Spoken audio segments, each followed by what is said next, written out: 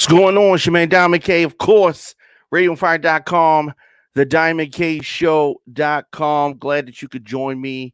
Glad that you are here with me.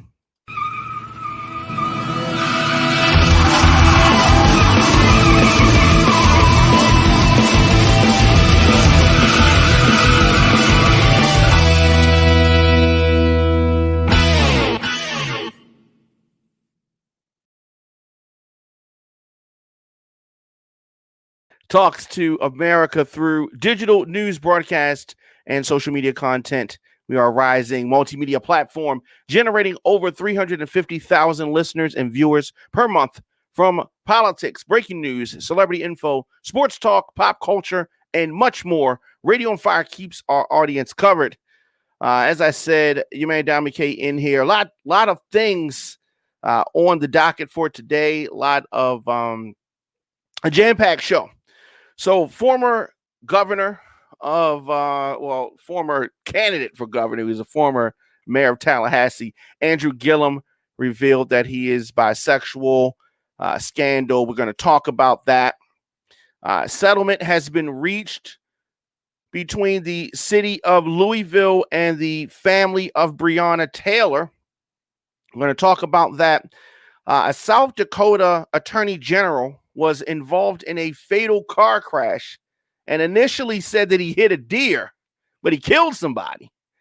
Talk about that also on the entertainment side. Cardi B filing for divorce, Ray J filing for divorce. What is causing the uptick in crime in cities across this nation? We're going to talk about that, and we're going to be joined by a special guest in the second hour to try to unpack some of this stuff. Of course, Trump pandering to the Latino Americans for the Latino vote. It's so ironic to hear Trump pander to Latinos, considering the things that he's called them: rapists, murderers, etc., gang members, all the stuff that he said. Now he wants to pander to Latinos. Very interesting. The things that you see during election season. It is ironic. So the story that we were talking about, also, this is on radioonfire.com. So the former mayor of Tallahassee candidate, he came within 33,000 votes of being the governor of Florida. Was on the premiere of I really like her show, Tamron Hall. So the Tamron Hall show, a premiere for season 2. He was there alongside his wife talking about the scandal that found him entering rehab and saying that he had depression, alcoholism after he was found unresponsive in this hotel room where he was drunk, half dressed. Maybe he had his socks on. Maybe that was all he had on. The scandal revealed that Gillum was allegedly, you say allegedly, but he was in a room with the male escort, right? And he was at one time looked at as possibly being the vice presidential pick for Joe Biden. But of course, this and other things brought that to a screeching halt. I think it would have helped, but maybe not. Maybe he wouldn't have done some of this stuff. But here's the thing. You can do what you do, and everybody has, their things. But having a political figure like this in this compromising position, not good. Now, I want to say this. It sounded like he was set up, right? The way the whole thing went down seemed like it was a setup. But let me say this. There are others in Washington and throughout this country, politicians that have secret lives and are involved in activity the same way that Andrew Gillum is. He ain't the only one, okay? But he was outed probably because he was going to be picked by Joe Biden, and he was into this kind of stuff. But if he was into women, then he probably would have been outed with some woman escort and the such. But it just so happened that men was his thing, and that's how he was embarrassed and taken down. Is this the end for Andrew Gillum? I'm saying that this is the start of the rebirth, the rebirth of Andrew Gillum. I say that he is trying to make another political run. He did not rule it out. And with this revelation, I think that he's going to get the support of a lot of people. People were dumping on him. People were dumping on him. He went to rehab, and after his stint at rehab, he released a statement, a video message, about 11 minutes long. We talked about that when it happened.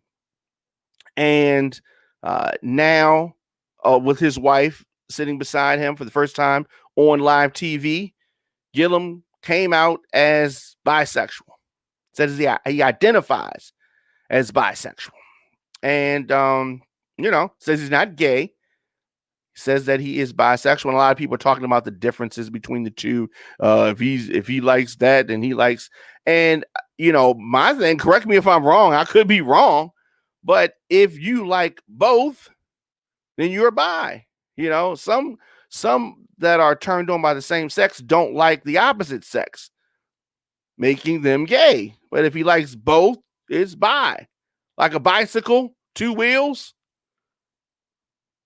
Bisexuals like two sexes, both sexes, right? Unicycle, one wheel, aka gay, right? So unicycle is gay, one wheel is what I mean. But what did I think of the interview that Tamron Hall did with Andrew Gillum and his wife? His wife is she is an interesting lady. She's a strong lady. A lot of ladies couldn't deal with what she's had to deal with. This alleged crystal meth overdose. That's serious. What? This wasn't no weed. This was allegedly crystal meth. He bought that life. He's hanging with some different people. He wasn't hanging with people from in the hood, because the hood doesn't do crystal meth. But the interview addressed that incident and his sexuality. His wife seemingly staying with him, holding him down. And a lot of people dumping on her, and a lot of people have a lot to say about the fact that she's sticking with her husband. She does see a career to have kids, right? And this is not nothing new. It's not like she just found out. We may recently have found out, but she already knew he was about that life. She already knew that. And when I say about that life, Gillum said that he identifies not as gay, but as bisexual. And he said that he had never shared that publicly before. Gillum also addressed a photo that surfaced of him lying naked in the hotel room.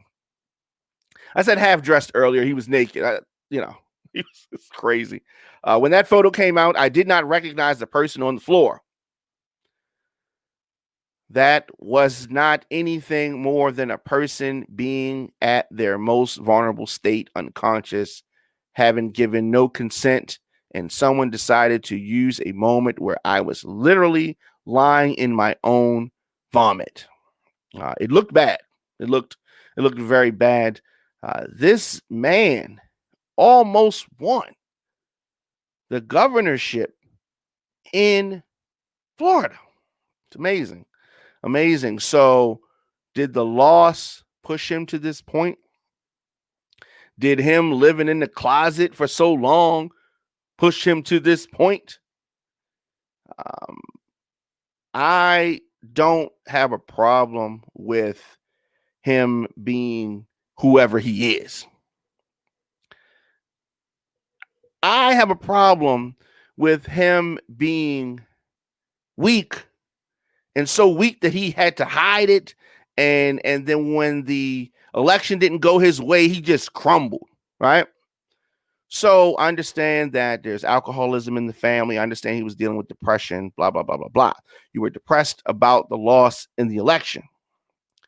And you were depressed because you were living a lie, at least publicly. And even though his wife knew, it still was a lie. Let me tell you why. The voters did not know. And we talk about Trump being compromised, right?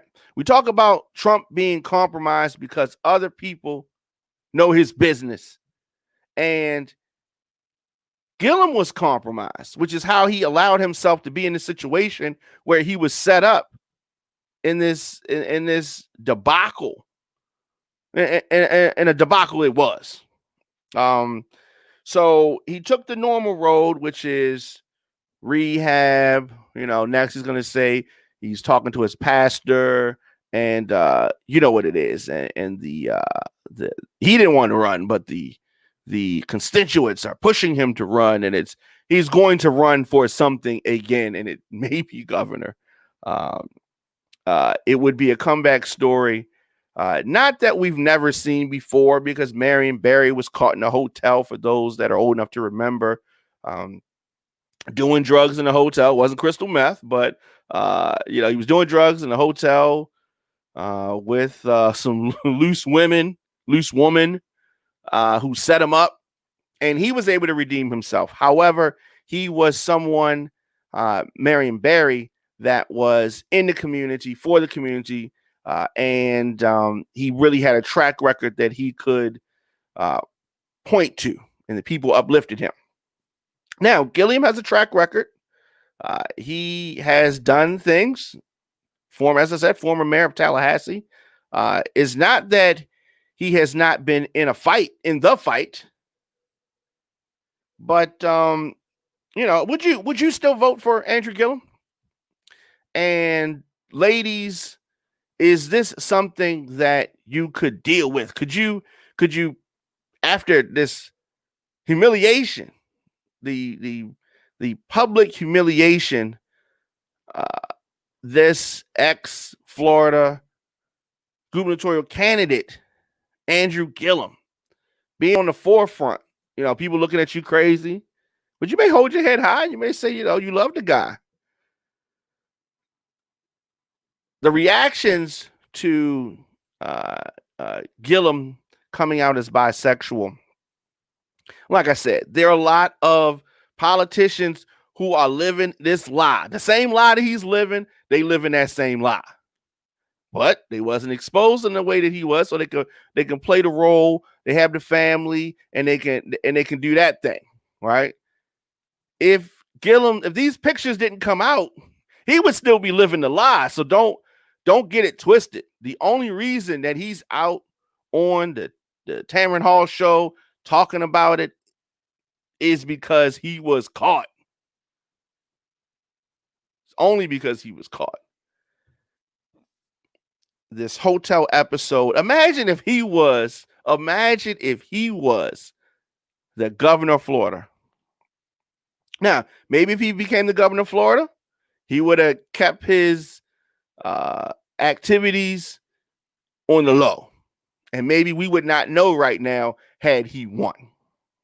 So the fact that his loss, and you have to have losses, okay? What was Meek Mill's album called? Wins and Losses, right? They're going to be wins and they're going to be losses. So my problem with Andrew Gillum, my question is, how strong is he? Now, he was elected the 126th mayor of Tallahassee, Florida. That was a win. Good. He lost, whether he was cheated, what have you, he lost in his bid to become the governor of Florida. That was a loss, right? Now, that loss pushed him over the edge. How strong is he? Say he became governor, right? You're going to have wins and losses. So when he has a win, becomes governor, and then a loss, something doesn't go right, is that going to push him back over the edge? How strong is he? These are the things that concern me. It's not so much what he does and whether his wife allows him to have, whatever kind of activities he has. Maybe they got an open relationship. Maybe they got an open relationship and he does his thing and she does her thing, right? And just don't bring nothing back in the house and don't embarrass nobody. He violated all that, right? He brought some crystal meth in the house, and he definitely brought embarrassment to the family. But she is, I would say, it takes guts to stand up beside this guy. It's different than when Hillary Clinton stood beside Bill Clinton after the Monica Lewinsky scandal. It's different. It's different. And she was mad, right? It's totally different when the president or your husband cheats, allegedly cheats, whatever, and then this debacle, the photo, the vomit, naked men around in the room, unconscious. You know what I mean? That just it's different. So she is she's a special kind of woman. She loves him. I mean, it seems like it because she could have left, but he's back in public life. And but let me say this, and I said this earlier for those just tuning in. He is not the first bisexual politician in this country, but he is the most prominent black man to come out as such. And the way that he came out, I'm glad that Tamron Hall got the exclusive on that. And he is reemerging in public life following a scandal that I said on this very program was the end of his political career. I said it. I did. And then he came back after his stint in rehab and he tried to explain some of his actions, but he painted himself as a victim. This was hard. It was hard for me. It's hard out here. That kind of thing. And I was like, I don't know if people are going to accept this. He's going to need to explain himself more. There was a lot of negative pushback after he released his 11-minute video a couple of months ago. But this move that he's made on the Tamron Hall show could make room as more people maybe do this. LGBTQ advocates are going to support him. They're going to flock to support him. They're going to lift him up and support. They're going to support him. So it's not just, and here's the thing, it's not just that he's bisexual. He has a drug problem as well. And a couple of months that he did in rehab, that's good. But he still has a drug problem. I mean, this scandal is sad. It is sad because he was within a percentage point of being Florida's first black governor. And the path forward for him is not clear. It's not clear. But one thing is for sure, that Gillum and his wife and his team, they saw that coming out was valuable. They didn't do that to help. This wasn't just to help closeted bisexual men with drug habits around the country. There was a reason that he did this. There was a reason that he did this. And what he says is that was the absolute worst day for him. And he said that at this stage, he does not have anything left to conceal. Transparency is something that I talk about with guests on this show frequently. As a politician, transparency is, especially in politics, something that is rare. Most of the politicians are lying to us. Now, Transparency is something that is truly uncommon, but it could make things a bit easier for bisexual Americans hoping to enter politics. This guy being on the stage, being ridiculed, being humiliated, and then dusted off and resurrected. This may encourage some bisexual politicians to come out publicly. That's something that could happen.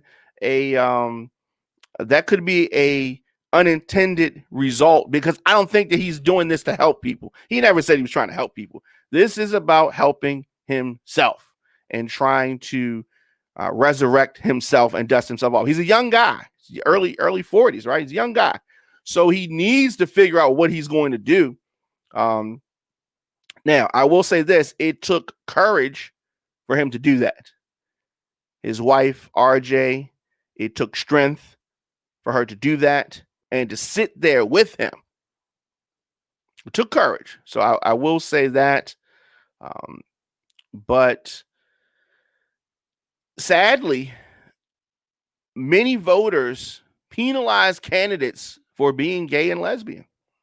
Now, there are elected officials who are gay, but I think that on the stage in Florida, I don't know how receptive they are to this, but I'd like to know, would you vote for Andrew Gillum on a national stage, on a local level?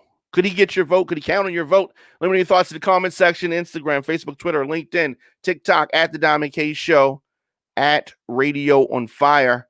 And we're going to do this. We're going to take a quick break, and we're going to come back with more of the show after this.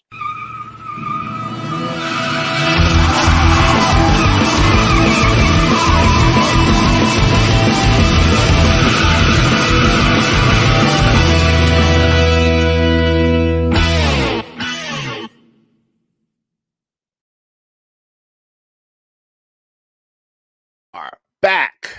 Your man Diamond K in here, radioonfire.com, thediamondkshow.com. So a settlement has been reached. With regards to the city of Louisville and the family of Breonna Taylor. So this has been an ongoing just nightmare, an ongoing nightmare with regards to Breonna Taylor. She was killed by police officers, and the announcement of this settlement, this civil lawsuit between the family of Breonna Taylor and the city of Louisville, is something that is a very, the monetary settlement, it does not bring back the family member, the loved one. Louisville's mayor confirmed that the city will pay $12 million settlement. $12 million settlement to the family of Breonna Taylor. So, in addition, significant police reforms will be implemented in the city. This is not going to solve all of the problems. It is not. But this is hopefully a step in the right direction. So, of course, we know that Breonna Taylor died in March after police officers executed what they call a no-knock warrant at her apartment and then shot her 8 times. Shot her 8 times. Woman sleeping in her house, in her apartment. Shot her, killed her. The thing that troubles me the most about this, and I don't want to be the the bearer of bad news. I don't want to be the person that's finding fault with everything. But the settlement, this agreement, does not acknowledge wrongdoing or fault by the police department in Breonna Taylor's death. They're not saying that they did anything wrong. That's why I have this issue with this, right? That's the issue. Now, this is $12 million, is the largest wrongful death settlement ever paid out for a Black woman killed by the police in America. This is the largest settlement. Okay. So there's something there, okay? But that's also because so much noise was made in regards to this, and they were forced to do this. I don't think this is something that they really wanted to do. You know what we want to do? We want to pay, it wasn't that. They were forced to do this. $12 million. So the city of Louisville agrees to do what? The city of Louisville is going to give $12 million to the family. And in addition to that, the commanding officers going forward must approve search warrants. Okay. Ooh, big deal, right? Big deal. But that's part of this. And incentives for officers to live in the city. That's something that we have talked about, for quite some time. Wanting, you want officers who live in the city to be the people that are policing the policing the community. You want that to be the case. So they have these incentives, and they want to attempt to improve relationships between the community and the officers. And additionally, social workers will help with mental health calls. So these are things that the city of Louisville agreed to. And the mayor, Greg Fisher, and Breonna Taylor's attorneys spoke during the press conference. So Fisher did begin by saying that he is deeply, deeply sorry for Breonna Taylor's death. Louisville has settled the civil suit, and he reminded people that the city and the police are going to implement reforms.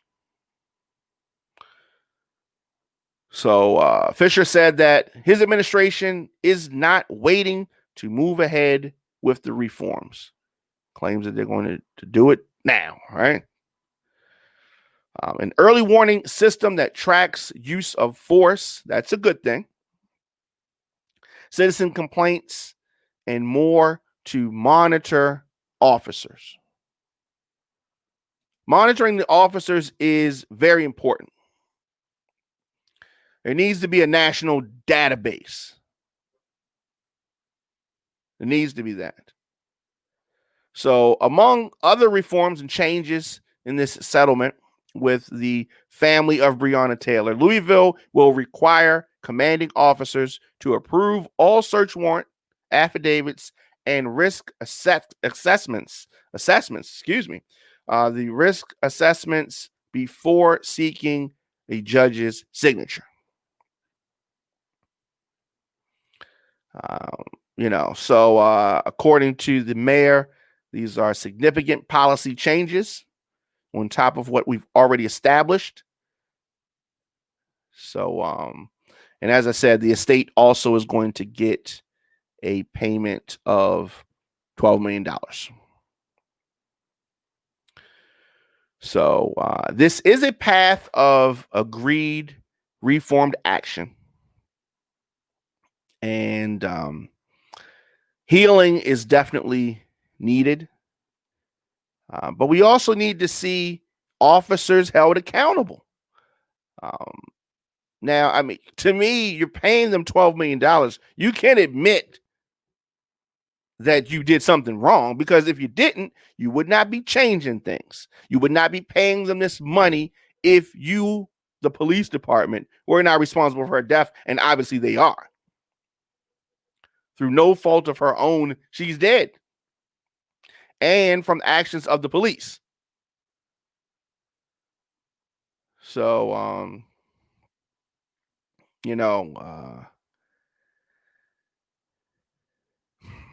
I don't know. It's just it's a sad thing, and this doesn't. The settlement it's nice. Amount of money is nice. It's cool, but you still have this family that has to deal with this loss. So protests have been going on since May, at least. But justice is a multi-layered thing with regards to this.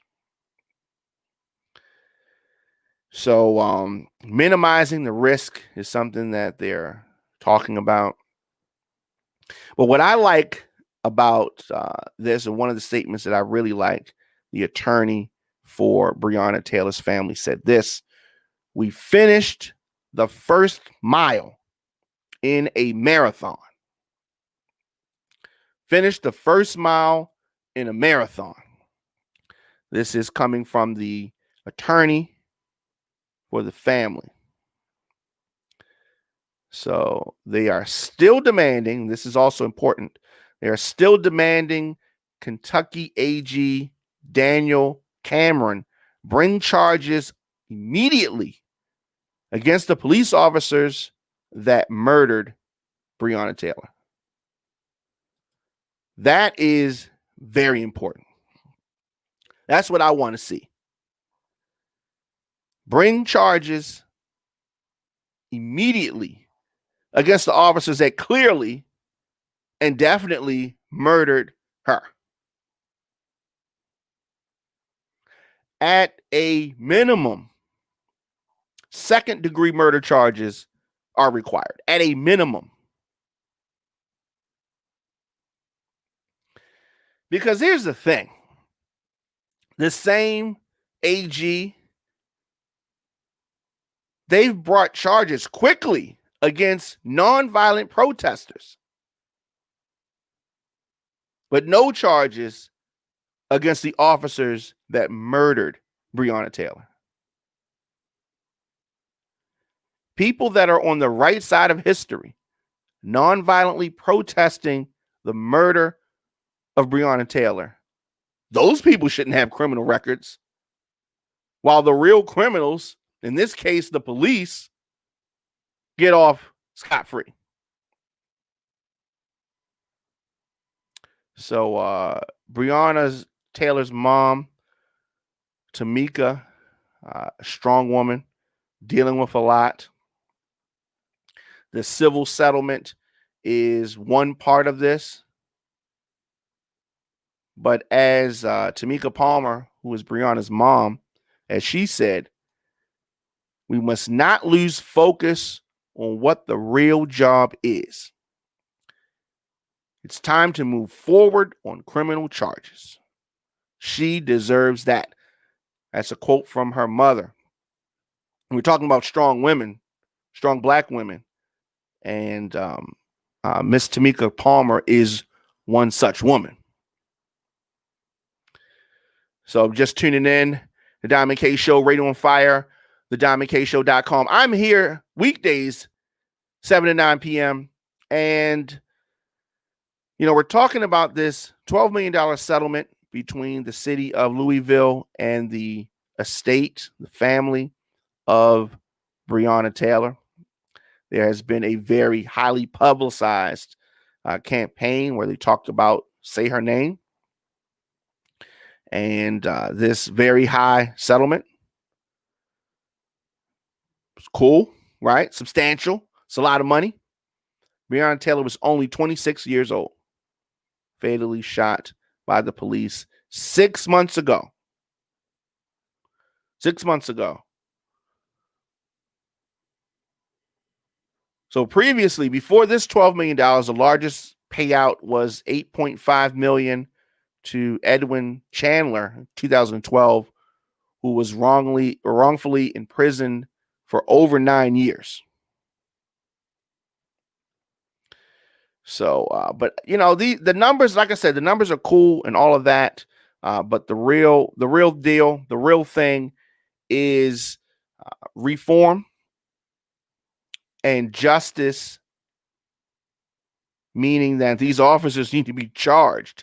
Now, charged, tried, because here's the thing, it's clear that they're guilty. All of the excuses that are given in other instances don't apply in this situation. But we definitely, the no-knock warrants stuff creates a scenario where you have people getting killed. It creates that type of situation. Breonna Taylor murdered on March the 13th after these police officers executed this no-knock warrant in Louisville, Kentucky, shot 8 times. Her birthday would have been June the 5th. She would have been 27 years old. But that's where we are. That's where we are right now. Man, Diamond K in here, of course, RadioFire.com, thediamondkshow.com. Quick break, and we'll be back with more of the program after this.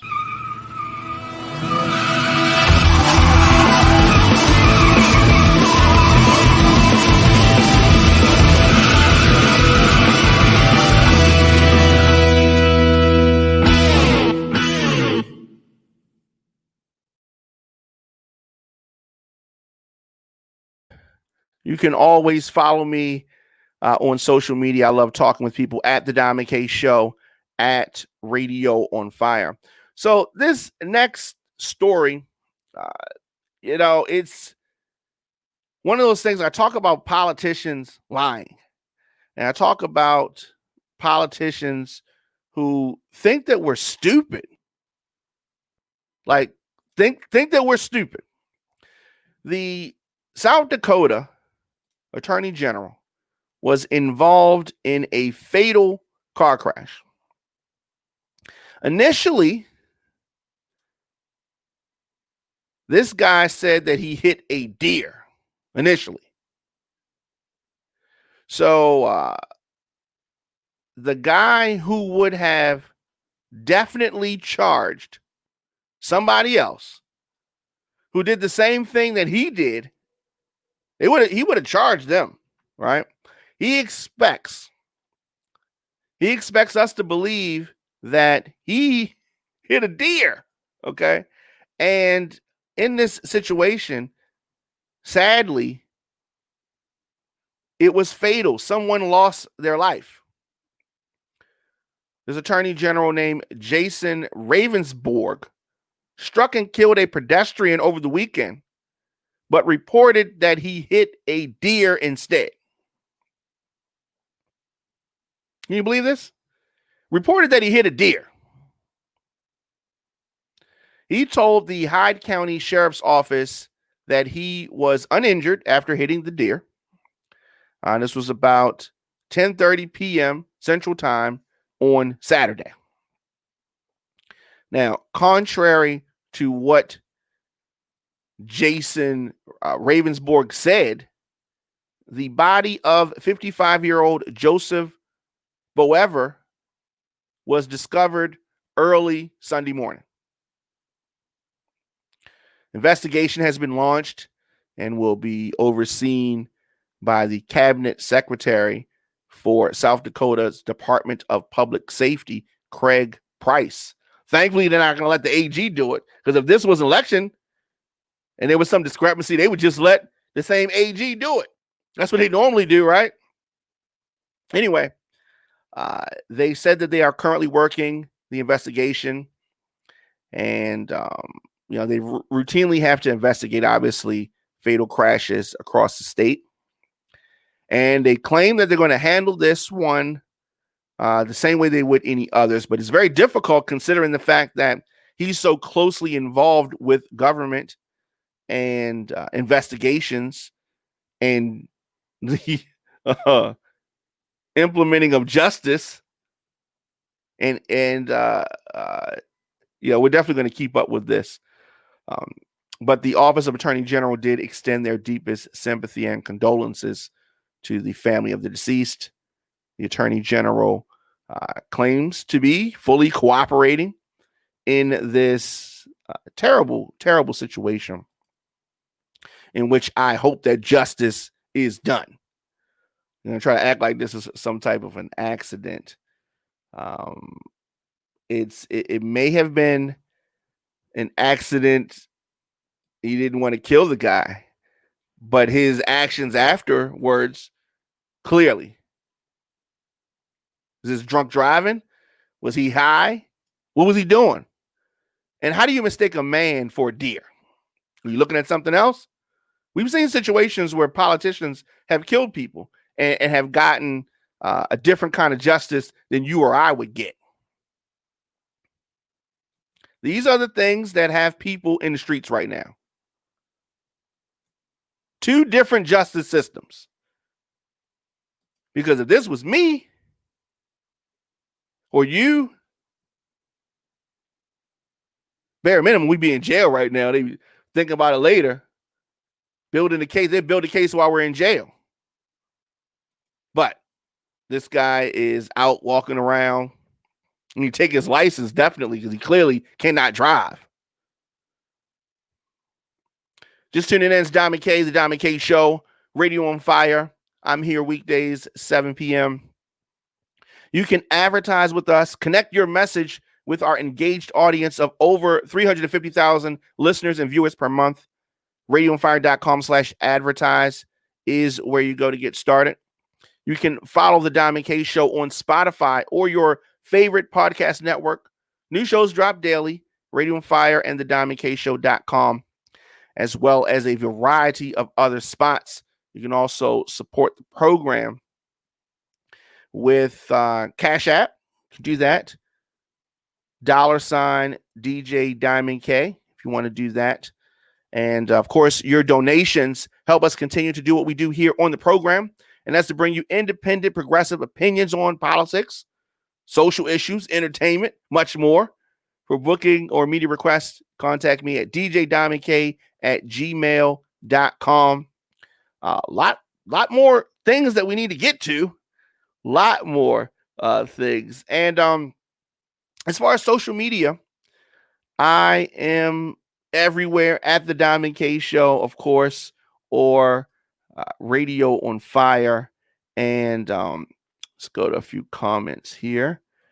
Definitely, you can always comment on the show, and I try my best to read that real time. And if you want to jump on the program, you can do that as well, and I can tell you how to do that. So let's see what we have here. So Sean, says, greetings. This is my first time tuning in so far. I'm very pleased with the content. Much love and respect. Thank you very much for tuning in and taking a moment to say something. So so he's watching us on Facebook. Okay, so that is good. And like I said, welcome. I'm glad that you could watch us and take the time to comment, and definitely appreciate that. So I'm gonna what is it? Okay, so 8:30, we're gonna have a guest, and we're gonna talk a little bit about the uptick in crime that is happening in cities across this country. What's causing this? It's very interesting timing. Okay, this is election season, obviously. We're in the midst of a pandemic. Definitely. Are these things connected?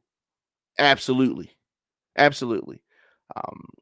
But the main thing that I've always said that pushes crime is economics.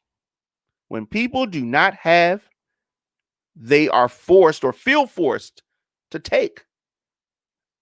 So economics, the pandemic, the economy, and people's financial situations are all factors in what is going on. Now, it is not the only factor, but they are major factors in what we're experiencing right now. Baltimore, Chicago, New York. They're definitely factors, and I want to unpack that, and we're going to do that later on in the program when our guest joins us. So, county detectives, Baltimore County detectives, fired at a robbery suspect in downtown Baltimore today. And very interesting. So, Baltimore County Police said that a detective shot at a robbery suspect or suspects as one of them aimed his car at the police during an arrest. According to the officials, Baltimore County Police robbery investigation led them to a hotel near Redwood and Calvert Street in downtown Baltimore. This afternoon, the detectives were investigating a car that they believe was involved in a robbery. So the detectives say that they tried to arrest the suspect as the suspect came out of the hotel. However, he got in a car, rammed a police vehicle, and drove directly at the detectives. Police said that the officer fired at the vehicle, but the suspect took off. They said that they don't know if he was struck by gunfire. One person is in custody. Police said that they will figure out his relationship to the investigation. I thought they said that they had it all figured out and it led him to no. So you just, if they don't even have the connection yet, was it time to arrest? I don't know. So the suspected vehicle has been recovered, but of course the driver was not there. Officials say that the detective was not injured, and Baltimore City Police were not involved in this investigation at all. So what is so interesting is that the Baltimore County, the jurisdiction is not in Baltimore City, so it seems like they would have included Baltimore City in on it, but just firing off a gun downtown Baltimore midday. We got the pandemic going on, so it was not fully, occupied. So that part is good. No one was injured. That part is good. They have recovered the car and they have someone in custody. So we're going to see whether or not the police are able to solve this or what. But just, imagine if you were downtown. I frequently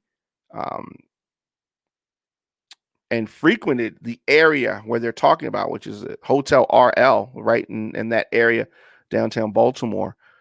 I worked in that area for many years, so I know that area very well, and I walked that path, 5 days a week. I know the area very well. So such is life, and you're going to have things going on like that in today's day. Speaking of today, Hurricane Sally threatening a historic amount of rainfall. It is a very slow moving system crawling. It is crawling. A lot of times they're worried about the wind with this stuff. But when you have this slow moving system, it's going to dump a lot of rain. It's going 3 miles an hour. So that's like walking backwards. But it is still a huge rainmaker. New Orleans is going to not have to deal with this, thankfully. And that is a good thing. That is a good thing. And so we're definitely hoping that it's this time of year when you get this stuff, it is always something that makes me think back to the time that I almost went to New Orleans right before Hurricane Katrina. I was set to go there that weekend, the weekend that Hurricane Katrina hit, and saw obviously through the news that there was a major system coming. Decided not to go, thankfully, and am here to to talk about it. Just glad that I didn't go, because that just would have not been a good look there. So Hurricane Sally, there are other systems that have already been named that are behind this. So if you thought that this season was over, it's just beginning to really get to that dangerous level. Hurricane Sally. And as you can see, it is a huge storm. The National Hurricane Center expects Sally to remain a Category 1 with top sustained winds of 80 miles per hour when it makes landfall tonight or early tomorrow. So the sluggish pace of this storm makes it harder to predict exactly where it's going to go. But from the reports, it is expected to land near the Mississippi and Alabama state line. So that's something that we are pulling for folks in that area. The amount of rain is just the problem here is that the water is not going to really be able to get to the ocean, right? So you're going to have overflow of creeks and a lot of water built up. It's going to be potentially a mess. So we are, going to definitely keep you covered and posted on that. Expected to touch down tonight or tomorrow. Just tuning in, it's your man Diamond K, Radio on Fire, radioonfire.com, the Diamond K Show.com. Let's take a quick break and come back with more of the program after this.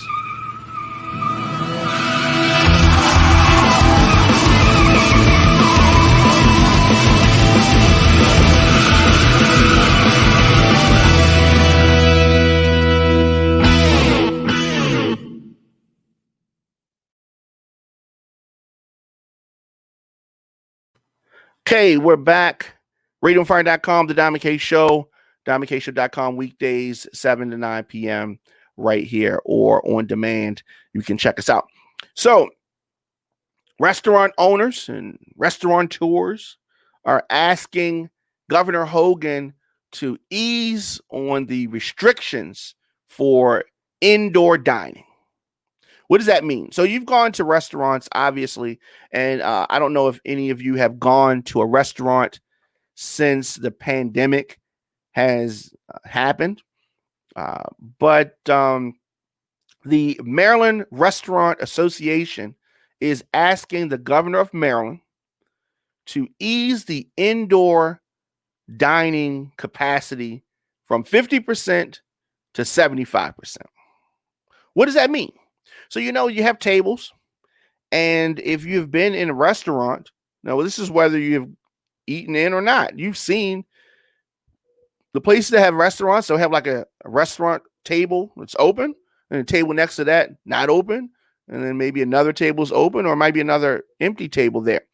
But the capacity of people, they're structuring things like they are because first they were just allowed to be at 25%, then it was 50%. And they are pushing for a 75%. So their concern is that pretty soon things are going to get to a point weather-wise where outdoor dining is not a viable option. So it's been creative. You've been seeing some outdoor dining for places that did not have outdoor dining. They've been using their parking lot, using the street down in Fells Point, and it's come up with some creative solutions. But as you know, we're in the fall or very close to it, and as it gets colder, they're saying, "Hey, this is not going to work for us." Many people do not understand. The pandemic is not over. The virus has not been conquered. So just economics are cool, but economics are secondary to the health. You can't spend money when you're dead. You can't spend money when you're dead. So we have to weigh your desire to open your business up so you can seat some more people, so you can sell a couple more fries, with the health of our citizens. Now, I understand that the weather is going to begin to turn, and forecasts are going to make it difficult. It's going to start getting colder. So increasing the indoor capacity is good for businesses, but that is short-sighted. It's short-sighted. Here's why. As you start to increase, so if you try to double or just increase how many people you can have indoors, right? And then people start getting sick. Then what? Then what we're going to do, right? What's going to be the excuse then? A lot of people are letting economics push ahead of the health and safety of folks. So that is something that is concerning me. So as we have seen, when Governor Hogan is when they put pressure on him, he's gonna fold like a cheap suit. He's gonna fold. And every time I think of Governor Hogan, whether it's related to this pandemic, how he's handled the pandemic in Maryland, I still got to think about the red line and how frustrating it is with regards to that. That was something that was really going to benefit the city, Baltimore, and he just snatched it away. So while he made some moves with regards to the pandemic that were cool, he's done others that were not cool, and his handling of the red line, for me, makes his tenure, his term, have a big black eye. But I could go on and on about that. We're going to take a quick break. I see my guest backstage. We'll take a quick break, and we're going to come back with her after this.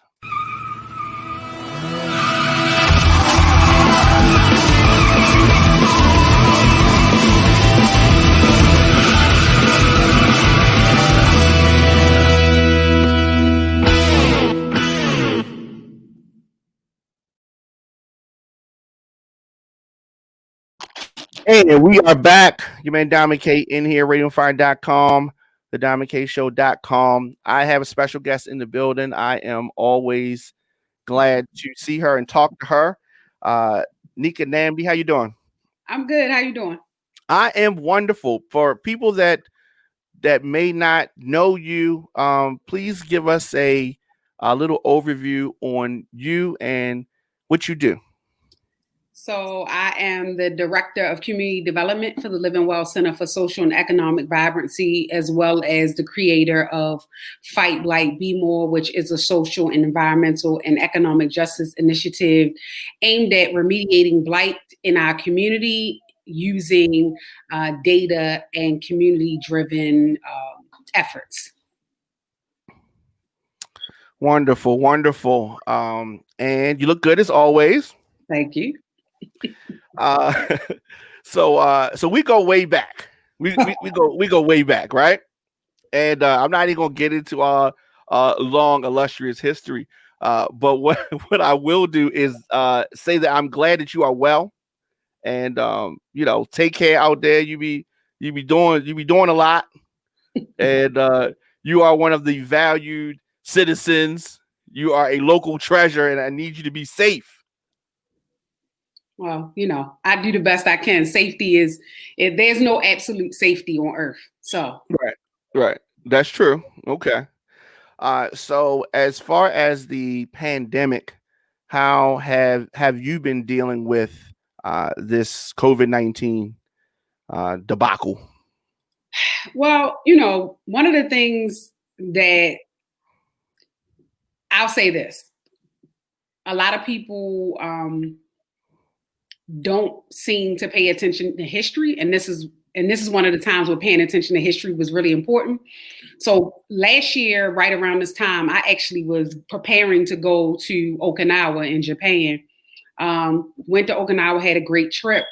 And so as a part of that preparation, I'm looking at the news, what's going on in China, what's going on in Taiwan, what's going on in Japan. I continued to kind of follow that after I returned. So I have been watching COVID since November of last year. And have been telling people, like in my personal circle, yo, this is not going to be cute when it get around America.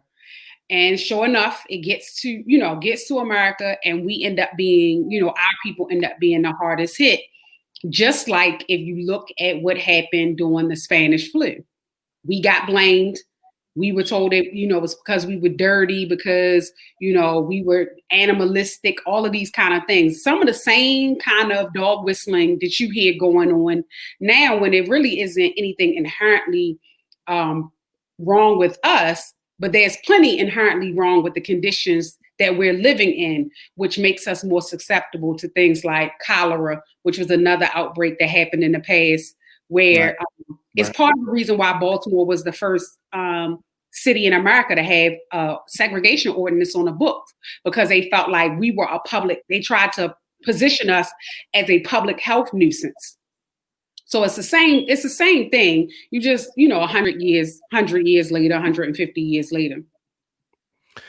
And, when we talk about it impacting our community so severely, for people that don't know, I talk about it all the time, but for people that don't know, why is that? Well, in this particular case, when we're talking about COVID-19 does damage, or people who have hypertension, diabetes, are those who end up having the worst outcomes or the worst experiences with COVID-19.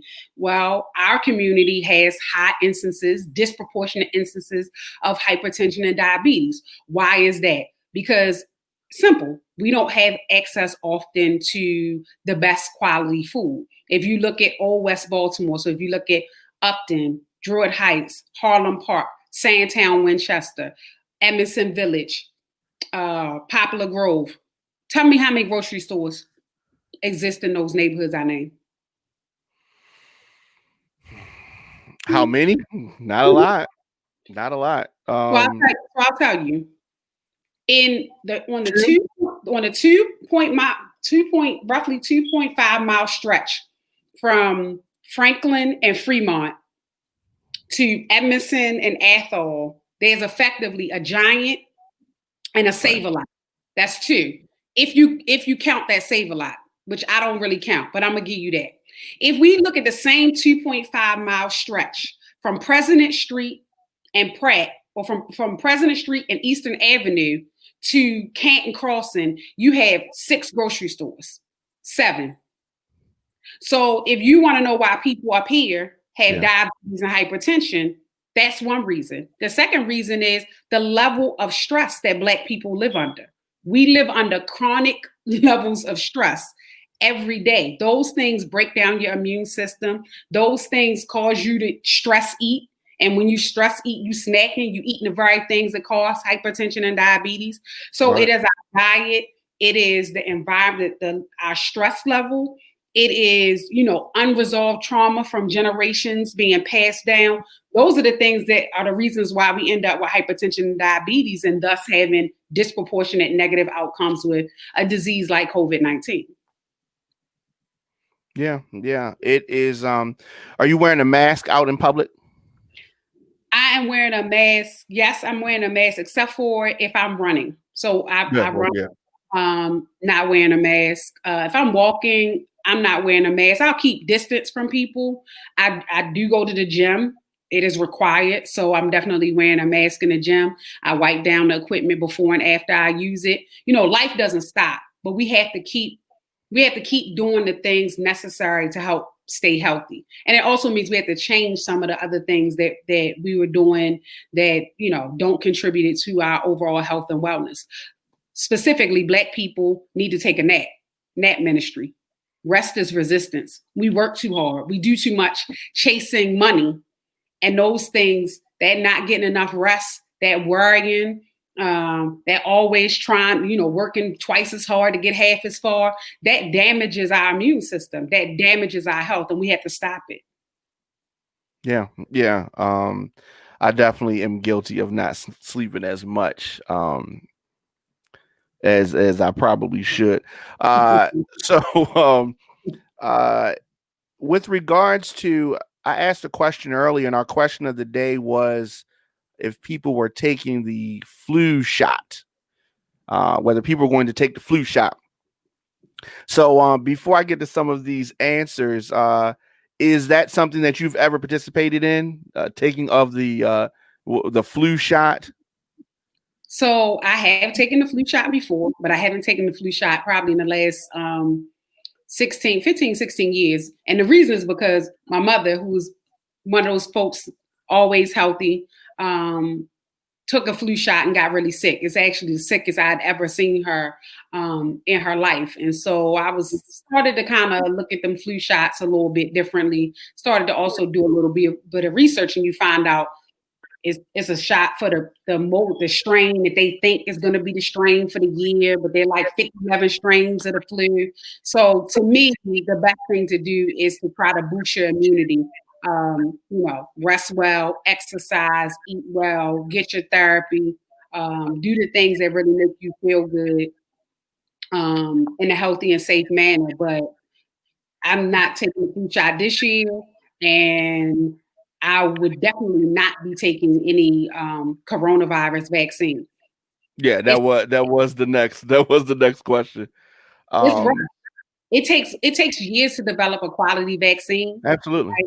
And the fact that they are rushing this vaccine, the fact that they are, asking Black people who have been disproportionately affected to participate in these clinical trials, when Black folks also are the same people who have been experimented on medically in this country for the entire time we've been here, doesn't really sit well with me. So I'm gonna have to opt out on that one. Let me see what Ben Carson and them. Is Ben Carson getting it? Oh, Herman Cain can't get it because they didn't kill him already. I'm good. Yeah. I'm just, as always, and this happens with any type of vaccine. I'm concerned about the side effects of whatever they're trying to develop right now. Right.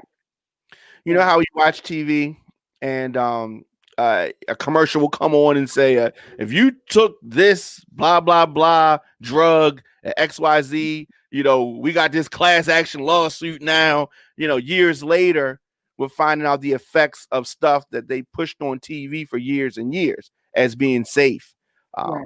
And so I'm very concerned, like you said, with the rushing of a vaccine for political purposes, because that's what it's for, political purposes.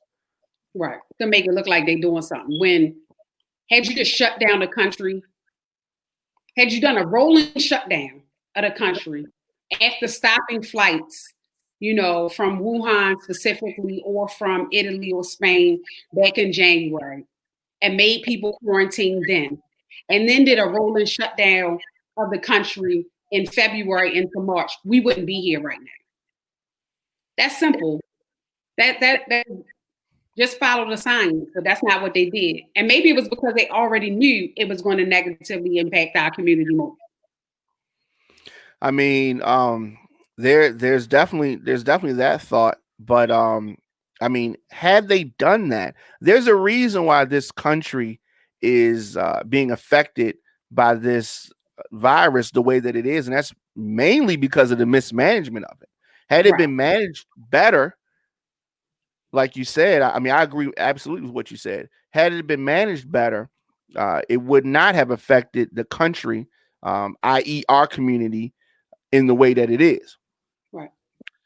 And so whatever vaccine that they get, they're not going to have enough for everybody, assuming that what they're making works until like 2024. I'm good. So has anything from your opinion good come out of this coronavirus pandemic? Like, is anything that we've been forced to do been good? Well, I think, there's always an opportunity even in the middle of a crisis. So I have to say that I do see more of us out walking. I do see more of us out biking. I think that folk really started taking a look at gardening. I saw a lot more conversations about with black folks about growing their own food. I saw a lot of folks talking about emergency preparation. People talking about the reality that at some point we all gonna die, and do you have your estate plan in order? So I think in this crisis, I have seen us start to dialogue more with one another, start to plan for the realities of life on earth more.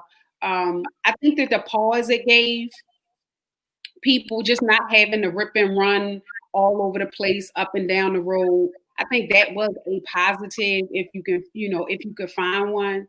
Like I said, there's always an opportunity, if you know anything about war, in the midst of chaos, there's always an opportunity, right? Opportunity to make money. There's always an opportunity to, see, what the next angle is. So I think it's definitely been there. It's just unfortunate that once again, the collateral damage of government mismanaged is, the blood of Black people, the blood of brown people.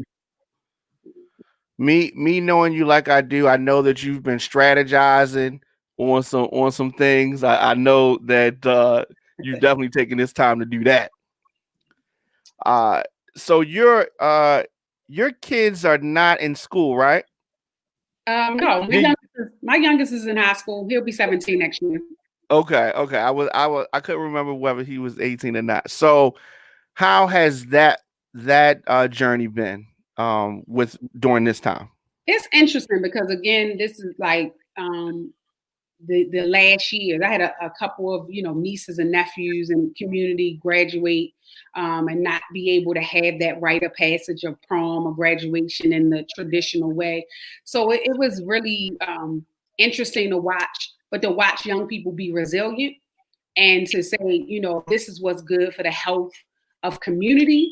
Then this is just a L we have to take.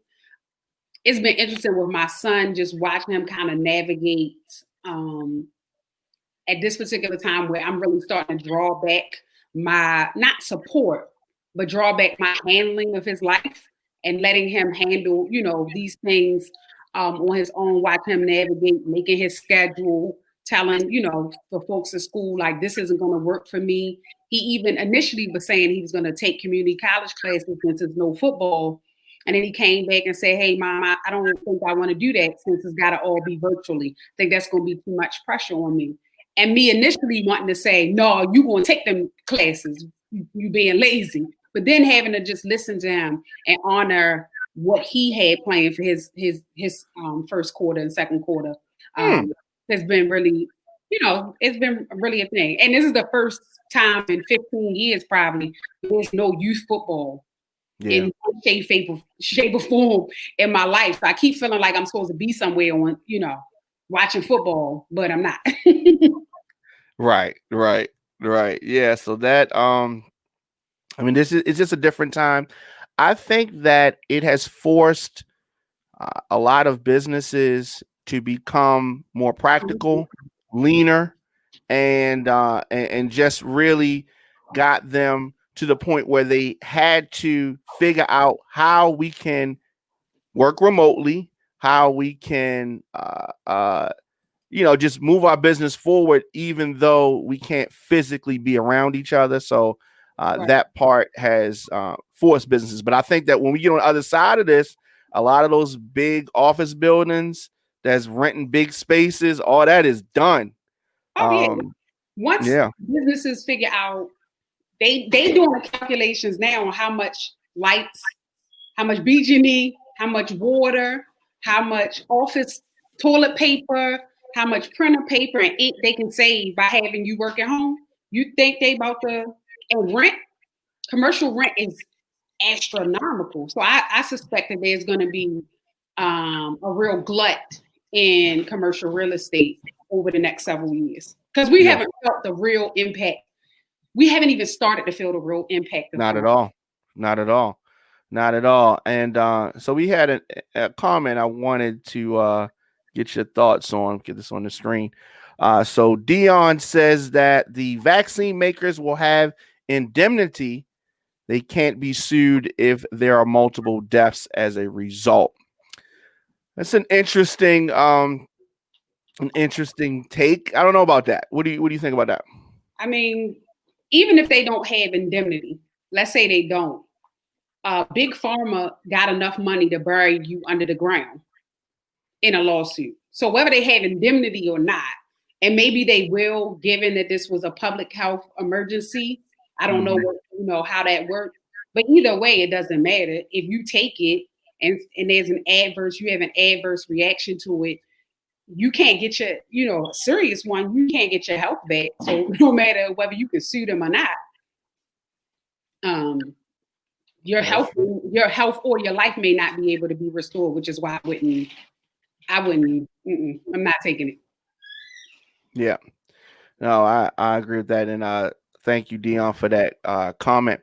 So with regards to our next topic, I wanted to talk a little bit about the election with you. So of course we have a mayor's race, and we have obviously a presidential race. What are you feeling about the mayor's race? Who should be the next mayor of Baltimore City? Well, the next mayor of Baltimore City, in my opinion, is somebody who is, if they're not about disrupting the status quo, disrupting the things that have been going on. And I'm not married to a party. I'm not registered Democrat or Republican, because they're two sides of the same wicked bird, both of them racist, both of them sexist, both of them. So I'm not married to any of that. But who should be the next mayor is somebody who is ready to systematically go through and disrupt all the systems that are damaging people and communities, right? So somebody who's willing to talk about defunding the police, somebody who's willing to abolish the tax sale, somebody who's willing to see if we should be having a Baltimore Development Corporation, right? That's taking money and doing development in particular ways in the city. So we have to see the next mayor is a person who should be ready to do that kind of stuff. Yeah. So does that mean that you would be leaning more towards the independent candidate? No, that doesn't mean. I mean, because he's okay. Go ahead. It doesn't mean I will be leaning more toward the independent candidate. It just means those things that are important for us to judge who we should be voting for by, right? So I'm not, I've listened to Bob Wallace. I've listened to, Brandon Scott. I've listened to all those people. I haven't necessarily heard from any of them all the things that I would want to hear, as, one would suspect. But I'm just saying to people that, in my opinion, these are the things that we should be looking for in terms of our next mayor. Yeah. And I guess that the question is whether or not somebody like, say, Brandon Scott, who is younger than a lot of the politicians that we normally have, could he be somebody that could give a new spin on what we have been seeing? He comes from the school of the traditional Baltimore politician, but he's younger and I want to use the word fresher, I guess, than some of the staleness that we've been getting. So that's an option.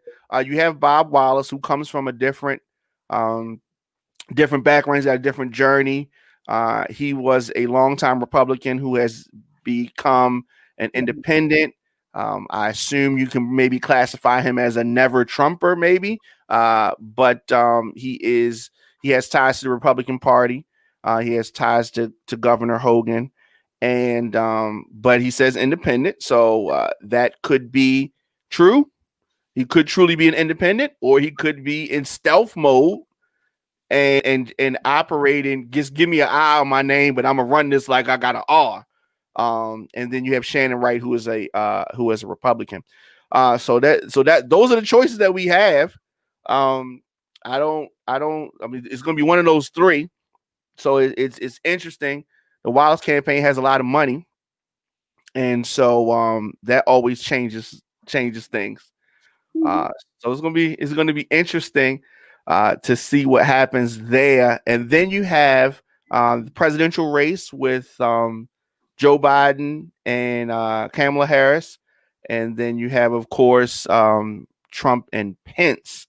I got Kanye too, but we're gonna put Kanye to the side. So as far as this presidential race, Kamala and Joe and Donald and Mike, where do you see this thing going? Where do you sit with this?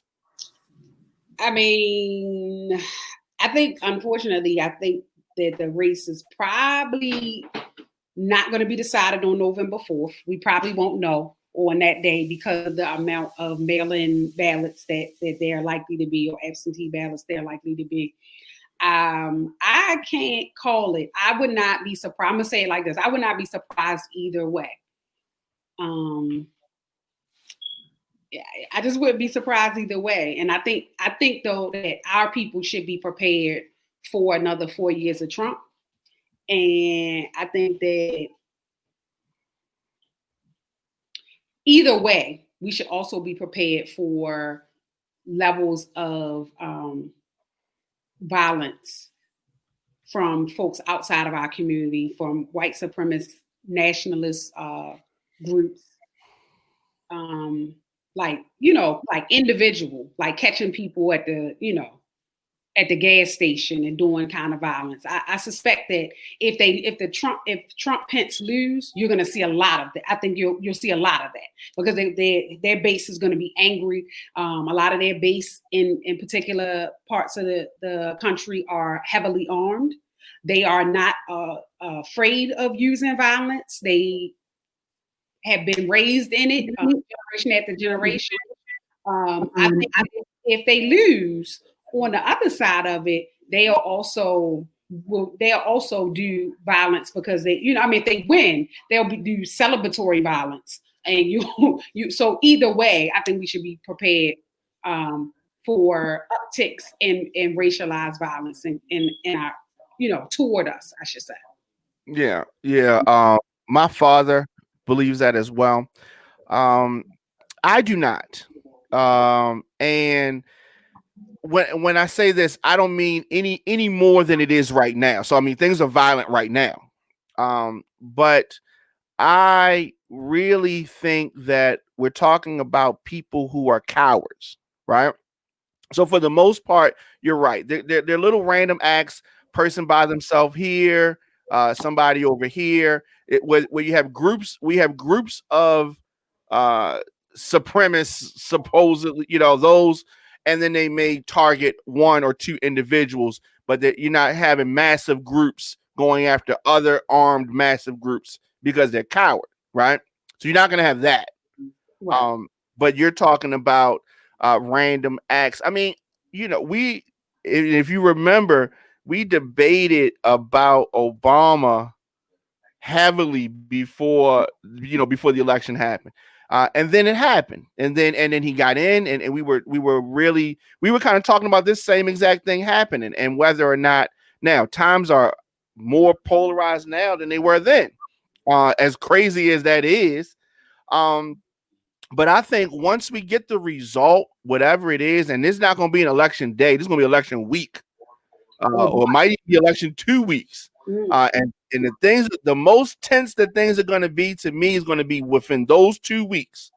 But I think at the end of the day, whether Trump wins or loses, he is going to make a big fuss.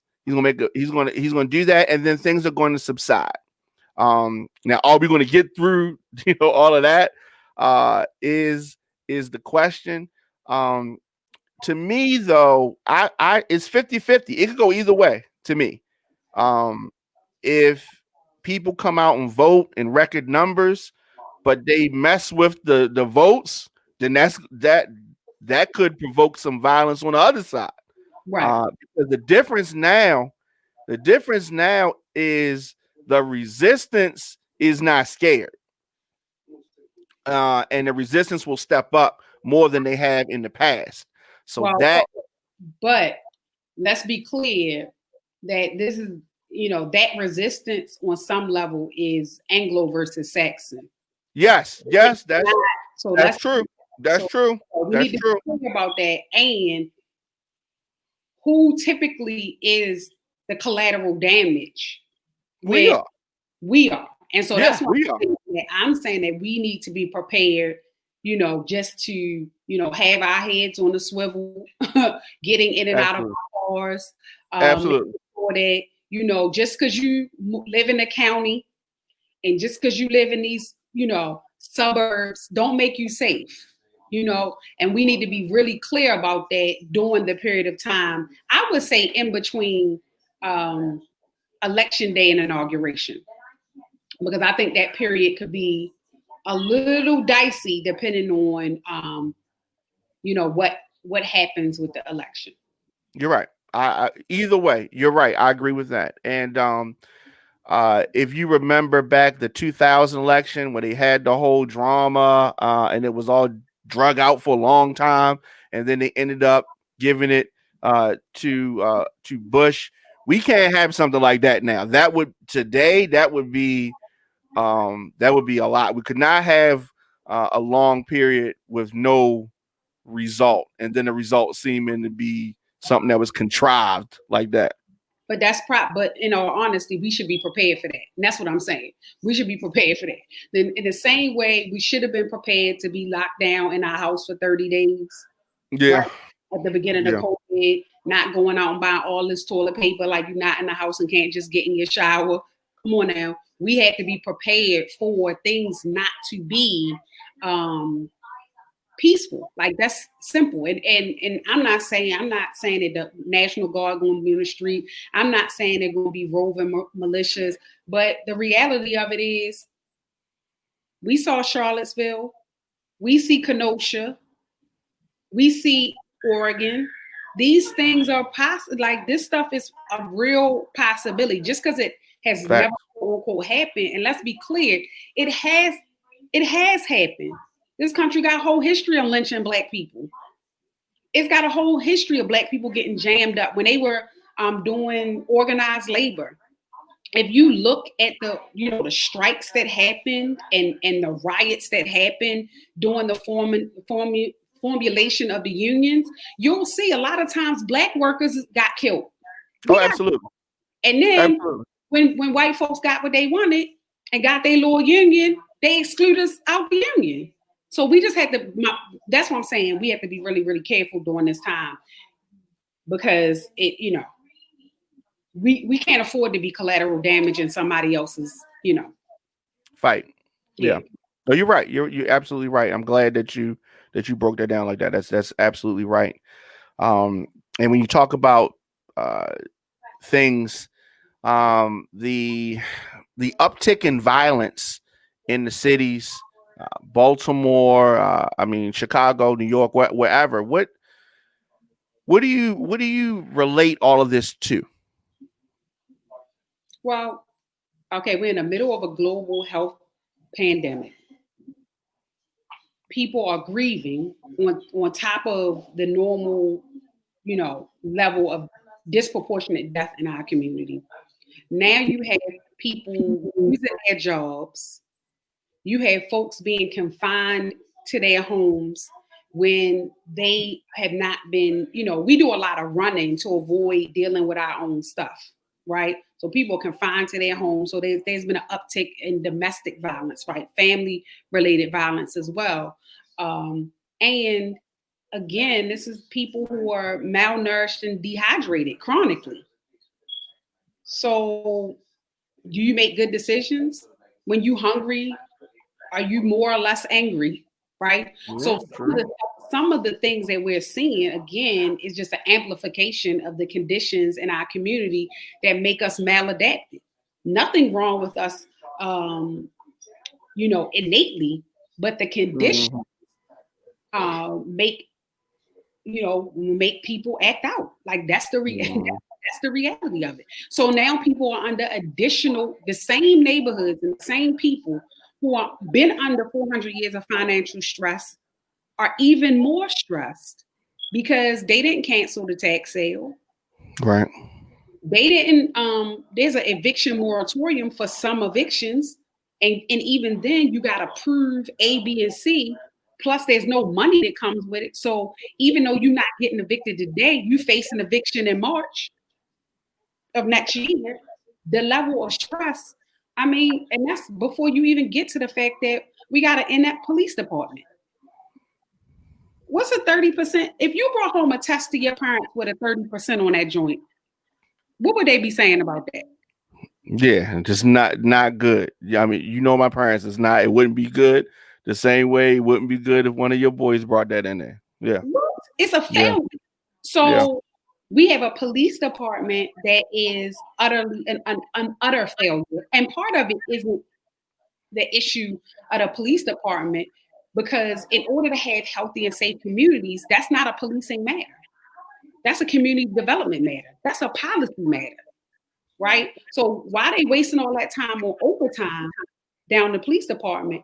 That money should have went to social workers being deployed in communities. And by social workers, I mean those folks who are rooted in the healing traditions of African descended people, those social workers who understand how to do anti-racist organizing, those social workers who understand how to deal with generational trauma. You want to stop the killing in the street? That's what you got to do. Not hire 500 more police officers for what? They ain't solving shit. They ain't stopping shit. Why are we spending money? Like, that doesn't even make sense. We're continuing to throw good money after bad. They don't solve no crime. They don't stop no crime. They make people feel worse than they already did. I see them sitting in their car, they on their phone.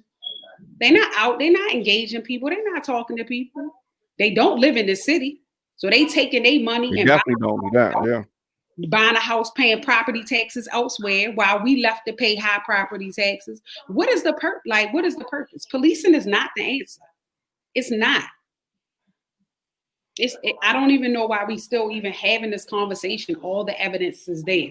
Do they have a whole bunch of police in Howard County per capita? That'll be a no. Yeah, definitely no. And why? Because they invest in making neighborhoods and people and schools and shopping and recreation robust so that people can have a healthy life. This is basic. Very basic. Um, so is it that I mean, but when you improve the community, that's better for everybody. That's better. That's more money in the community. That's a better. It's safety. It's everything is better. So Right. then it's almost like, are we being set up for the failure? What are your thoughts on the opportunity zones? The often talked about opportunity zones. I hear a lot of my colleagues talk about opportunity zones. Um, give us the real deal on opportunity zones. Well, okay, let's start with what they are. So opportunity zones are these zones that the Fed mandated. The states said which parts of their state were going to be deemed opportunity zones, areas where, they wanted to do development. They wanted to encourage development and give folks, quote unquote, the opportunity to do development. That money is facilitated through private investment in this thing called an opportunity fund, right? It's like a qualified opportunity fund, whatever the case, the long name is. So basically, private investors are going to put their money in these funds. These funds are then going to be deployed into community to do development projects. If the investors keep their money inside the opportunity fund for more than 10 years. They don't pay any capital gains tax. So opportunity funds are an investment vehicle for gentrification. Absolutely. Or new urban colonialism, as I like to call it, because people act like they, like they don't understand that gentrification is bad and problematic. So you are basically creating Trump and his ilk in Congress and in the Senate basically created a Wall Street mechanism to funnel money to do development. So they whole little squad, they builders, they construction people, they're realtors, they're you name it, they have crane operators or whatever, can get money, and the investors can invest in it and not pay capital gains. What do we get for? Well, let's look. What the enterprise zones look like? Them same enterprise zones, because some of them same places no doubtedly cross over or are adjacent to opportunity zones. Right. They're not looking good.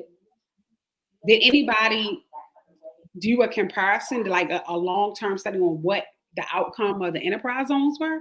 We got all kinds of zones, hub zones, enterprise zone, food, healthy food priority areas, all of that. And all of it looked a mess because these things are designed for them to get money, not for our communities to be better. Definitely not. And as long as we continue to play these little games, like, thinking a seat at the table is the answer. No, a seat at the table is not the answer. Dismantling the table is the answer. Or building another table over there. Building another table. Absolutely. Absolutely. That's the answer. Seat at the table ain't the answer. The last 40 years have showed us that a seat at the table, being respectable, getting education, talking to kings, speaking to kings English, ain't none of that. None of those things are going to yield quality communities. So we might as well stop it. But all in all, the opportunity zones are opportunity for rich people or for investors to get money and not have to pay, and not have to pay taxes. Right. Right. And the opportunity is not for us. That's what I tell people. And I hear so many people talk about that, and they just don't know or understand, and we have a lot of people that are implanted in our communities that may look like us, but are not for our best and don't have our best interests at heart at all. All of our skin folk and kinfolk. Yeah. That's not new. Not. Some people just want proximity to whiteness and make them feel better. until Fox News don't call them, or till Fox News fire them, or till the RNC don't call them to talk at their little meeting, or until the DNC gets you elected. How you get elected to the presidency and then don't back you the way they should. I mean, let's be clear. I mean, I don't know what to tell people, but ask people when they start talking that opportunity zones, zip that, ask them, well, how effective were the enterprise zones? How did that work out for Black people? Yeah. Did it give more Black ownership of retail, commercial, light industrial, and industrial property? Did it enable our elders to stay in their properties and not lose them to tax sale, not lose the water bill, not lose they couldn't afford to pay for concrete in front of their house, or they couldn't afford a roof? Like, we have to be smarter, and that's the reality of it. We just believe we still just believe, like we believe this vaccine about to be a good thing. People cannot believe that, hopefully, but you got a lot of people that will. I was exaggerating, but you got a lot of people that will. You have a lot of people that will, and all of that. I mean, with you being so vocal about blight and other things, do you get negative energy from people? Do you get negative comments? Do people hit your inbox with talking trash? No. So I get negative energy. There are definitely people who disagree, who absolutely vehemently disagree with me, but nobody coming in my inbox because I mean, you know me. Right. You can't come like we can disagree, but Yeah. you got to bring the evidence. And a lot of the people who disagree, they don't have evidence, or they have some evidence from the last 30 years. And I'm like, but this started 300 years ago, and let me show you how. And I just walk people through it. And they can be mad, they can still disagree at the end, but folks also know I'm well studied and well researched. And if I'm wrong about something, if I see your logic, I'll be like, oh, well, maybe I was wrong about that. I'm happy to admit it, but nah. But folks, they steer clear of me because when you really about community and not about yourself, like folks not used to that. Folks about people who used to, doing stuff and to politically maneuver or to get a couple dollars for themselves. I don't want to be doing none of this. The truth is, I'd rather be somewhere in the library with a book. This ain't my thing because it's not fun. Like but no, Yeah, nobody. you always. People know enough to know not to come in my inbox or my email or in my face with Well, that. they definitely know that. But I always like your use of the word community. And it always it kind of warms my heart when I hear that. When I hear you use that word, because it kind of redirects me to understand, just to remember that this is about the community, and so I definitely applaud you in all your efforts and such. Last thing, I want to end on an upbeat note, actually. Oh, all right. What's up? Versus Patti LaBelle and Gladys Knight. What did you enjoy it? Give me your thoughts on that? So first of all, I have to start with that both Patti LaBelle and Gladys Knight are Geminis. They both made Geminis. I too am a made Gemini, and I happen to share a birthday with Patti LaBelle. Wow. So I'm team Patti all day, every day. Now, with that being said, Patti ain't win that battle. No, she did not. So the fans were the true winners. However, yes. Gladys Knight came. The silkiness of her voice. But I will say, I'm a little salty with the production team. Like number one, everybody know that Patti ass don't know the words to her songs. So why they have a teleprompter for the Queen? The Queen needed a teleprompter. Clearly, the sound was a little off for both of them. Mm-hmm. Clearly, they needed a rehearsal, not for the banter between the two of them, because that part was great. Just seeing them be themselves, and I think that maybe they thought they need no rehearsal because it was going to be organic and authentic, which it was, and I loved it. Yeah, it was. But they needed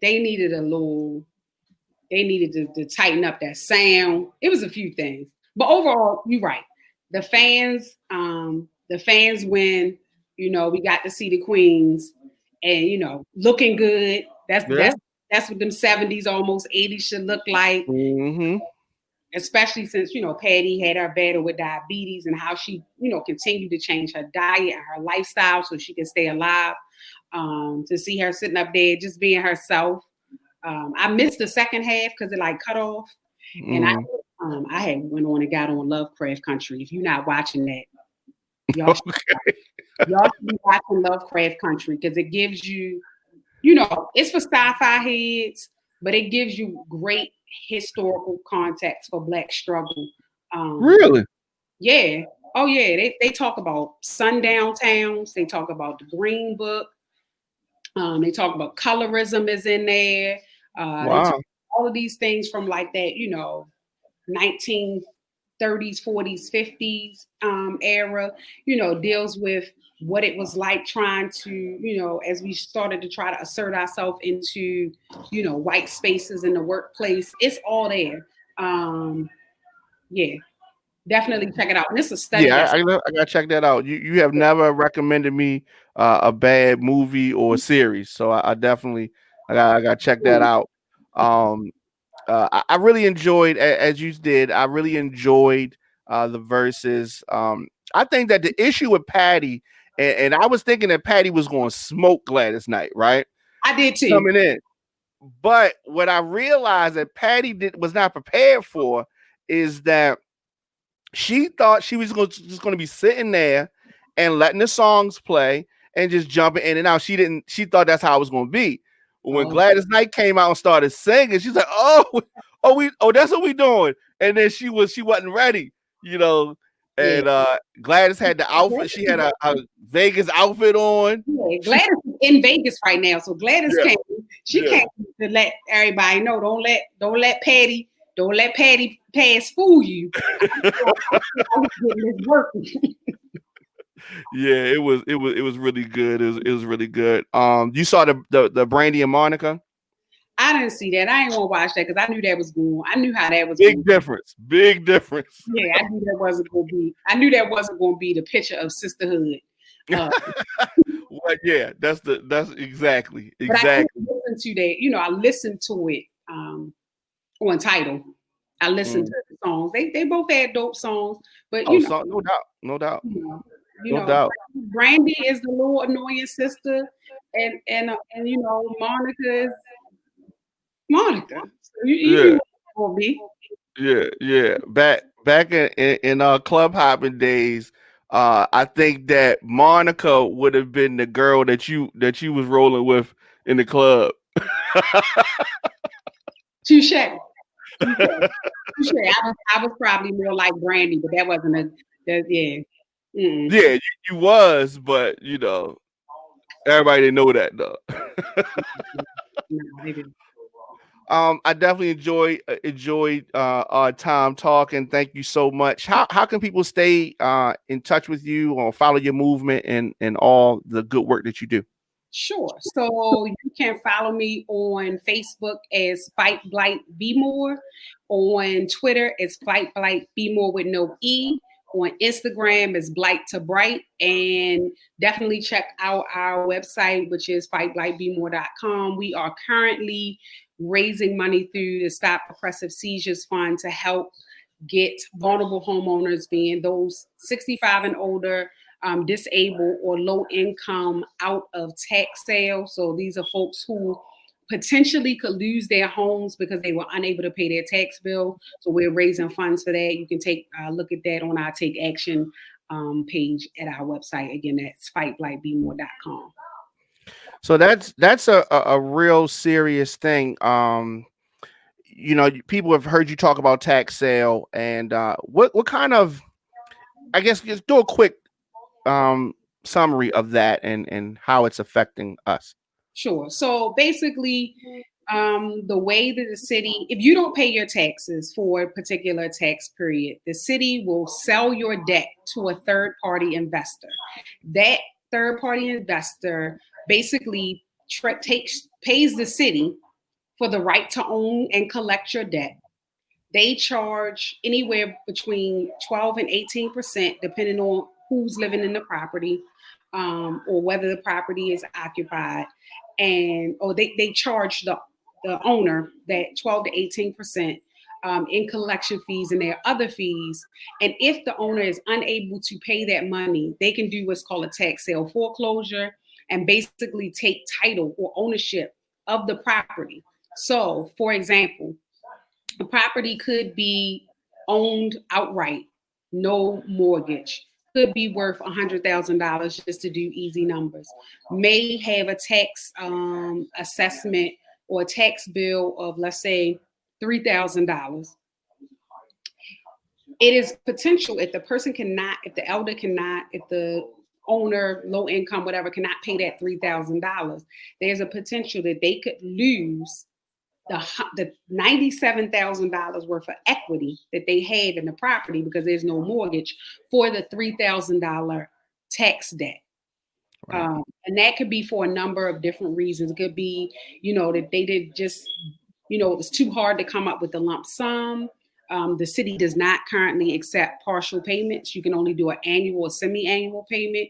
It could be that they don't understand. Some of these elders are in early stages of cognitive failure, whether that's dementia or Alzheimer's, and they just don't understand.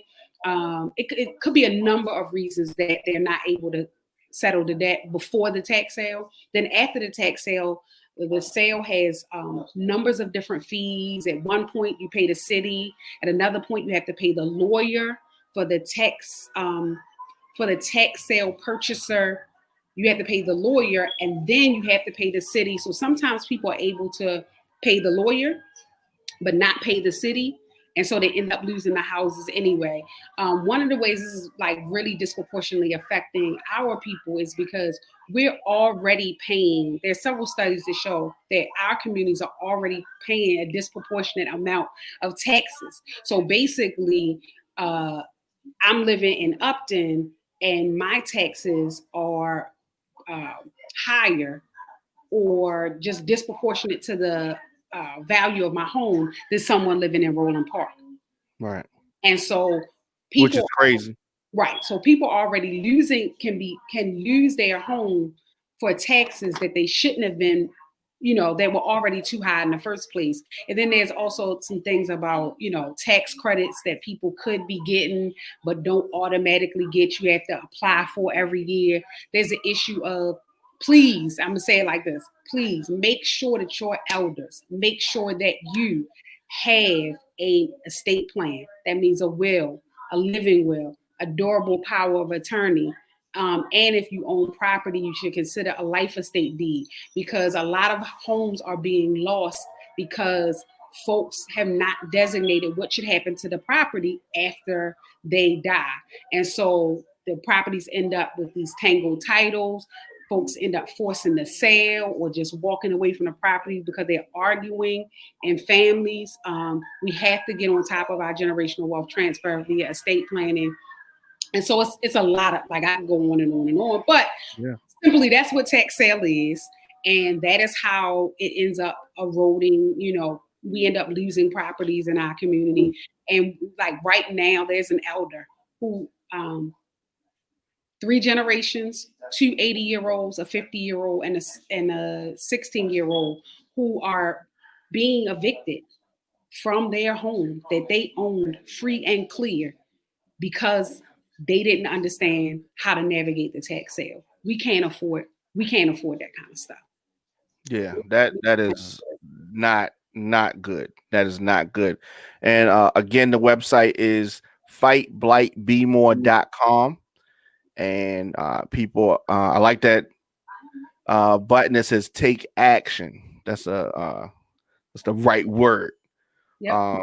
That is the right word. And so, and people can get involved, like you said.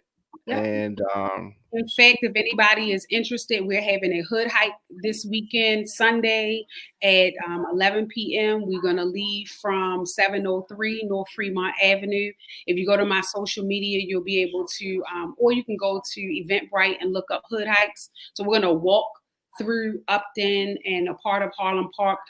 Part of it is to do, fitness, to get out, to talk to each other, so we can see and feel the neighborhoods. These neighborhoods are not unsafe in the way that they're made out to be, but also so we can talk about what we're doing in community, how we're purchasing properties in community, how we're shoring up, cleaning up, and developing in our communities, as well as how the communities got to the conditions that they're in. So feel free to join us for that.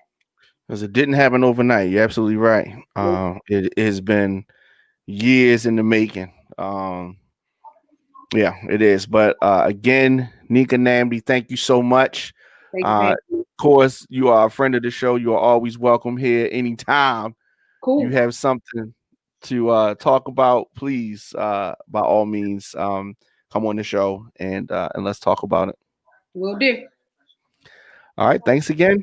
All right. Thank you. Have a good night. You as well.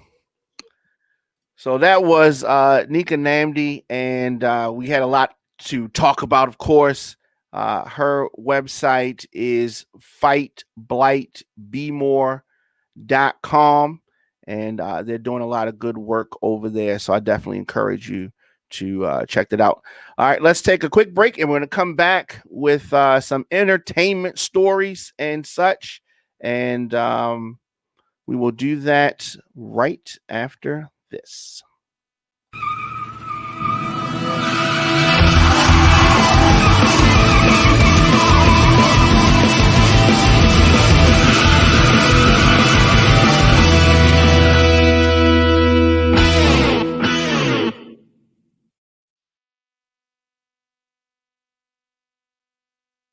Welcome back, RadioFire.com. Of course, the Diamond K Show, thediamondkshow.com. I'm here weekdays, 7 p.m.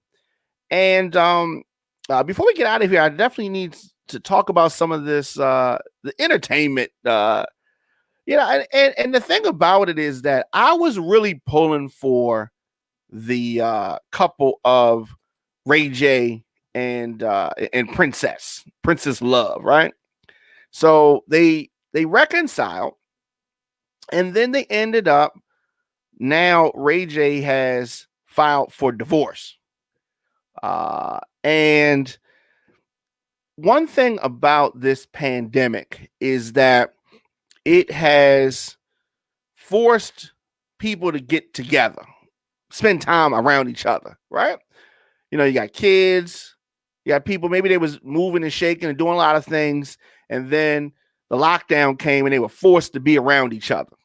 And then maybe you get the passion gets reignited, right? You remember why you fell in love with whoever.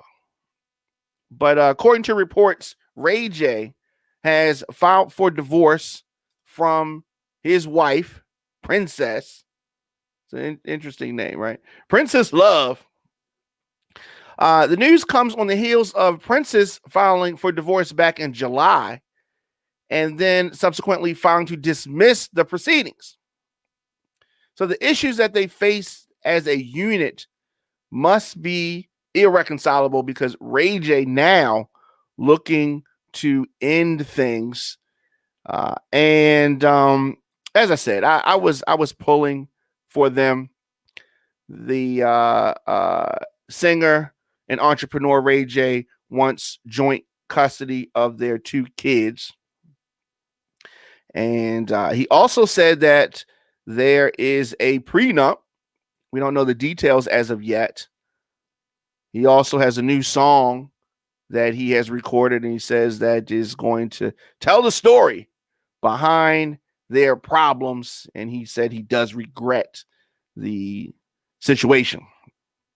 So while they are done romantically, they are still partners, business partners, and they will be co-executive producing shows and some other business ventures that they have. So, and there's always that, you know, sometimes couples break up, but they can still work together. And especially if you have kids, right? So you got kids, we need to get this money, but I don't want to be with you. You don't want to be with me. And so they can go off and do their own thing. So speaking of, I don't want to be with you, you don't want to be with me.